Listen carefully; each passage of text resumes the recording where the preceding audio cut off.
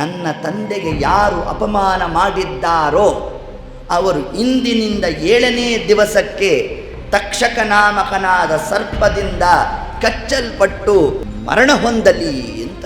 ನಾವು ಯಾರಿಗಾದರೂ ಶಪಿಸಿದರೆ ಅಲ್ಪ ಸ್ವಲ್ಪ ಇರೋ ಪುಣ್ಯನೂ ಹೊಟ್ಟೋಗುತ್ತಂತೆ. ಹಿರಣ್ಯಕಶಿಪುವಿನ ಕಾಲದಲ್ಲಿ ಒಂದು ವೇದ ಮಂತ್ರ ಹೇಳಲಿಕ್ಕೆ ಬಿಡ್ತಾ ಇರಲಿಲ್ಲ. ನಾನು ಮಾಡಿರ್ತಕ್ಕಂತಹ ಅಪರಾಧಕ್ಕೆ ಸರಿಯಾದ ಶಿಕ್ಷೆಯನ್ನು ಕೊಟ್ಟಿದ್ದಾರೆ ಅಂತಂದ್ಬಿಟ್ಟ. ಅಷ್ಟು ಧರ್ಮಿಷ್ಠ ಯಾರು? ಪರೀಕ್ಷಿತ್ ಮಹಾರಾಜ. ಸಮಸ್ತ ವೇದಗಳಿಗೆ ಬೀಜ ಸ್ಥಾನದಲ್ಲಿರೋದೇ ಗಾಯತ್ರಿ ಮಂತ್ರ. ತಮ್ಮ ಮಕ್ಕಳಾದ ಜನಮೇಜಯರಾಯನಿಗೆ ಪಟ್ಟಾಭಿಷೇಕವನ್ನು ಮಾಡಿದ್ರು. ಮರುಕ್ಷಣಕ್ಕೆ ಗಂಗಾ ತೀರಕ್ಕೆ ಬಂದ್ಬಿಟ್ಟು, ಮನೆಯಲ್ಲಿ ನೀನು ಸ್ನಾನ ಮಾಡಬೇಕಾದರೆ ಗಂಗಾ ಅಂತ ಒಂದಾವರ್ತಿ ಅಂದರೆ ಏನು ಫಲ ನಮಗೆ? ನನ್ನ ತಂದೆಗೆ ಯಾರು ಅಪಮಾನ ಮಾಡಿದ್ದಾರೋ ಅವರು ಇಂದಿನಿಂದ 7ನೇ ದಿವಸಕ್ಕೆ ತಕ್ಷಕ ನಾಮಕನಾದ ಸರ್ಪದಿಂದ ಕಚ್ಚಲ್ಪಟ್ಟು ಮರಣ ಹೊಂದಲಿ ಅಂತನ್ಬಿಟ್ಟ.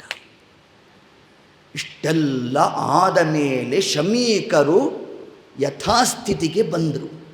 ಬಂದಾಗ ಪರೀಕ್ಷಿತ್ ಮಹಾರಾಜರು ಬಂದದ್ದು, ಶೃಂಗಿ ತಮ್ಮ ಮಕ್ಕಳು ಶಾಪ ಕೊಟ್ಟಿರೋದು, ಈ ಎಲ್ಲ ವಿಷಯವನ್ನು ಕೇಳಿ ದುಃಖಪಟ್ಟರಂತೆ.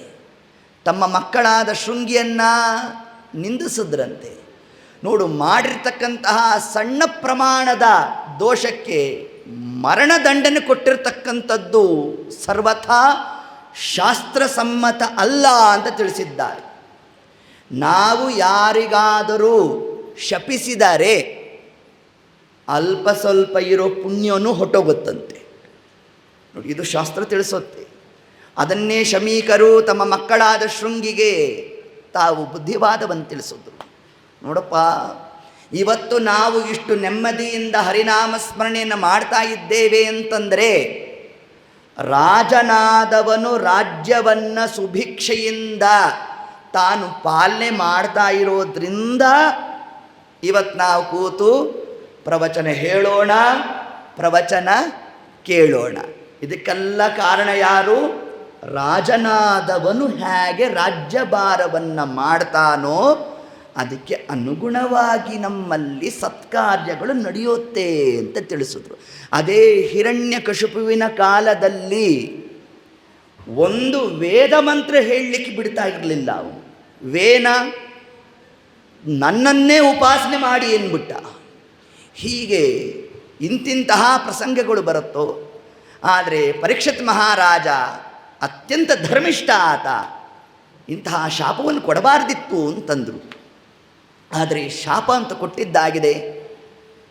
ತಮ್ಮ ಶಿಷ್ಯನಾದ ಗೌರಮುಖ ಅನ್ನೋ ಒಬ್ಬ ಬ್ರಾಹ್ಮಣನನ್ನು ಕರೆದು ಶಾಪದ ವೃತ್ತಾಂತವನ್ನು ಪರೀಕ್ಷಿತ್ ಮಹಾರಾಜರಿಗೆ ನೀನು ವಿಷಯವನ್ನು ಮುಟ್ಟಿಸು ಅಂತಂದು. ಆಗ ಗೌರಮುಖ ಬ್ರಾಹ್ಮಣ ಬಂದು ಪರೀಕ್ಷಿತ್ ಮಹಾರಾಜರಿಗೆ ತಿಳಿಸಿದ್ರು, ಸ್ವಾಮಿ, ಶಮೀಕರ ಮಕ್ಕಳಾದ ಶೃಂಗಿ 5 ವರ್ಷದ ಹುಡುಗ ನಿಮಗೆ ಶಾಪ ಕೊಟ್ಟಿದ್ದಾನೆ. ಇನ್ನು 7ನೇ ದಿವಸಕ್ಕೆ ತಾವು ಮರಣವನ್ನು ಹೊಂದುತ್ತೀರಿ ಅಂತಂದ. ಅಂದರೆ ಪರೀಕ್ಷಿತ್ ಮಹಾರಾಜರು ಆನಂದ ಪಟ್ಟುಬಿಟ್ರಂತೆ. ಕಾರಣ, ನಾನು ಮಾಡಿರ್ತಕ್ಕಂತಹ ಅಪರಾಧಕ್ಕೆ ಸರಿಯಾದ ಶಿಕ್ಷೆಯನ್ನು ಕೊಟ್ಟಿದ್ದಾರೆ ಅಂತಂದ್ಬಿಟ್ಟ. ಆ ಕಾಲ ಅಷ್ಟು ಧರ್ಮಿಷ್ಠ ಯಾರು? ಪರೀಕ್ಷಿತ್ ಮಹಾರಾಜ. ಪರೀಕ್ಷಿತ ಆ ಶೃಂಗಿ 5 ವರ್ಷದ ಹುಡುಗ ತಾನು ಶಾಪ ಕೊಡೋಣ, ಆ ಮಾತು ಸತ್ಯ ಆಗೋಣ.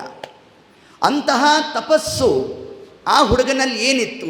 5 ವರ್ಷ ಗಾಯತ್ರಿ ಮಂತ್ರವನ್ನು ಸಿದ್ಧಿ ಮಾಡಿಕೊಂಡಿದ್ದಂತೆ. ಅಷ್ಟು ಬಲ ಯಾವುದಕ್ಕೆ? ವೇದಮಾತಾ ಗಾಯತ್ರಿ. ಸಮಸ್ತ ವೇದಗಳಿಗೆ ಬೀಜ ಸ್ಥಾನದಲ್ಲಿರೋದೇ ಗಾಯತ್ರಿ ಮಂತ್ರ.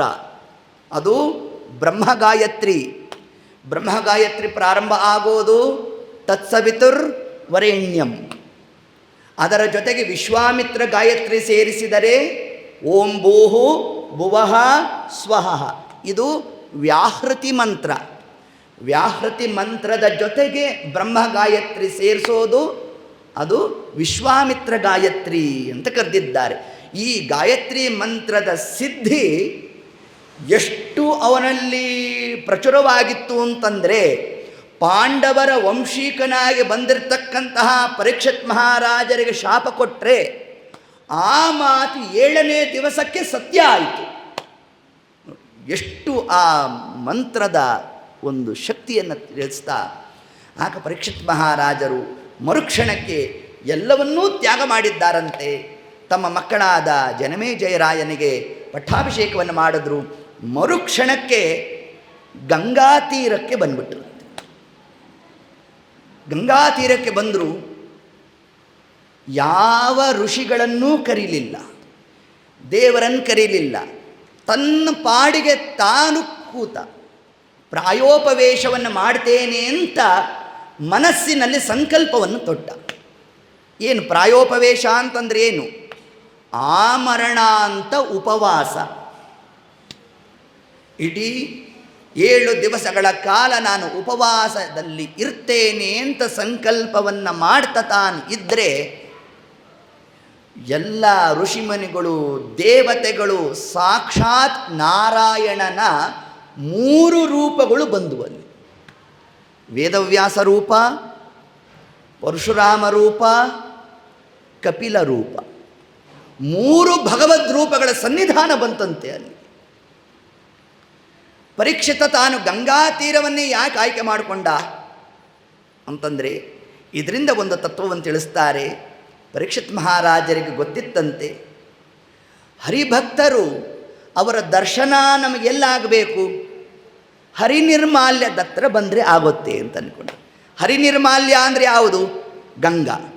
ಗಂಗಾ ಸ್ನಾನವನ್ನು ಯಾರು ಮಾಡೋಲ್ಲ? ಯಾರಿಗೆ ಅಪೇಕ್ಷೆ ಇಲ್ಲ. ನಾವು ಗಂಗಾ ಸ್ನಾನ ಮಾಡೋಕ್ಕೇನೋ ಹೋಗ್ತೇವೆ. ಮೊನ್ನೆಯೆಲ್ಲ ಪ್ರಯಾಗ್ರಾಜ್ ಬಂದಾಗ ಅಸಂಖ್ಯಾತ ಜನರು ಹೋಗಿರ್ತಾರೆ. ಹೋದಾಗ ಫೋಟೋ ತಗೊಳ್ಳೋದೇ ಒಂದು ದೊಡ್ಡ ಕಥೆ ಮಾಡ್ಕೊಂಬಿಟ್ಟಿರ್ತೇವೆ. ಒಂದೊಂದು ಸತಿ ಮುಳುಗೋದು ಫೋಟೋ ತಗೊತಾ ಇರ್ತಾರೆ. ಹಾಗೆಲ್ಲ ಮಾಡಬಾರ್ದು. ಏಕಚಿತ್ತ ಭಾವದಿಂದ ಆ ಗಂಗೆಯ ಮಹಿಮೆಯನ್ನು ಸ್ಮರಣೆ ಮಾಡ್ತಾ ಇರಬೇಕು. ಗಂಗಾ ಗಂಗೇತಿ ಯೋ ಬ್ರೂಯಾತ್ ಯೋಜನಾನಾಂ ಚ ಶತೈರಪಿ ಮುಚ್ಯತೆ ಸರ್ವಪಾಪೇಭ್ಯೋ ವಿಷ್ಣುರ್ಲೋಕಂ ಪ್ರಗಚ್ಚತಿ. ನೀವು ಗಂಗಾ ಸ್ನಾನ ಮಾಡೋದು ಬೇಡ. ಬೇಡ ಅಂದರೆ ಬೇಡ ಅಂತ ಅರ್ಥ ಅಲ್ಲ. ಅದರ ಆಂತರ್ಯ ಯಸ್ಯ ಸ್ಮರಣ ಮಾತ್ರೇಣ. ಸುಮ್ಮನೆ ನಮ್ಮನೇಲಿ ಈಗ ವೈಶಾಖ ಮಾಸ ಅಲ್ವಾ, ವೈಶಾಖ ಮಾಸದಲ್ಲಿ ತೀರ್ಥ ಸ್ನಾನಕ್ಕೆ ಬಹಳ ಮಹತ್ವ ಕೊಟ್ಟಿದೆ ಶಾಸ್ತ್ರ. ನೋಡ್ರಿ, ತೀರ್ಥ ಸ್ನಾನ ಮಾಡಲಿಕ್ಕೆ ಆಗಲಿಲ್ಲಪ್ಪ, ನಾವು ಏನು ಮಾಡೋದು ಅಂತಂದರೆ, ನಮ್ಮ ದೇವರಂದ ಮನೆಯಲ್ಲಿ ನೀನು ಸ್ನಾನ ಮಾಡಬೇಕಾದರೆ ಗಂಗಾ ಅಂತ ಒಂದಾವರ್ತಿ ಅಂದರೆ ಏನು ಫಲ ನಮಗೆ ಅಂತಂದರೆ, ನಾವು ಶುದ್ಧಿ ಆಗೋದಲ್ಲ, ನಮ್ಮ ಮನೆಯಲ್ಲಿರೋರು ಶುದ್ಧರಾಗೋದು ಮಾತ್ರ ಅಲ್ಲ, ಯೋಜನಾನಾಂಚ ಶತೈರಪಿ ಇಡೀ ಗ್ರಾಮ ಶುದ್ಧಿ ಆಗೋಗುತ್ತಂತೆ. ನಾವು ನಮ್ಮನೇಲಿ ಒಂದಾವರ್ತಿ ಗಂಗಾ ಗಂಗೇತಿ ಯೋ ಬ್ರೂಯಾತ್, ಯಾರು ಗಂಗೆಯ ಸ್ಮರಣೆ ಮಾಡಿದ್ರೇನೆ ಎಂತಹ ಫಲ. ಇದನ್ನೇ ಉಪನಿಷತ್ಕಾರರು ಗಂಗೆಯ ಮಹಿಮೆಯನ್ನು ಉಲ್ಲೇಖ ಮಾಡ್ತಾರೆ. ಉಪನಿಷತ್ತಿನಲ್ಲಿ ಬರೋದೇ ಪುಟ್ಟ ಪುಟ್ಟ ಪುಟ್ಟ ಕಥೆಗಳು. ಅದರಲ್ಲಿ ಸತ್ಯ ವಿಜಯ ಅನ್ನೋ 2 ದೇವತೆಗಳು, ಇವರು ಗಂಗೆಯನ್ನು ಅಪಮಾನ ಮಾಡಿಬಿಟ್ರಂತೆ. ಮಾಡಿದಾಗ ನಾರದರು ಅವರಿಗೆ ಶಾಪ ಕೊಟ್ಟರು. ನೀವು ಭೂಲೋಕದಲ್ಲಿ ಮರದ ಬುಡದಲ್ಲಿ ಇರುವ ಕಪ್ಪೆಗಳಾಗಿ ಅಂತ ಶಾಪ ಕೊಟ್ಟರು. ನೀರಲ್ಲಿರೋ ಕಪ್ಪೆ ಆಗಿ ಎನ್ನಲಿಲ್ಲ. ನೀರಲ್ಲಿರೋ ಕಪ್ಪೆಗೆ ಆನಂದ, ಮರದ ಬುಡದಲ್ಲಿರೋ ಕಪ್ಪೆಗೆ ದುಃಖ. ಅದಕ್ಕೆ ಮಳೆ ಬಂದಾಗ ಅದು ಒಟ್ರುಗುಟ್ಟೋದು, ಹಾಡುತ್ತಂತೆ. ಇವಾಗ ನಮಗೆ ಒಟ್ರುಗುಟ್ಟೋದು ಅಂತ ನಮಗೆ ಕೇಳಿಸತ್ತೆ, ಅದೇನೋ ರಾಗ ಹಾಕ್ಕೊಂಡಿರುತ್ತೆ.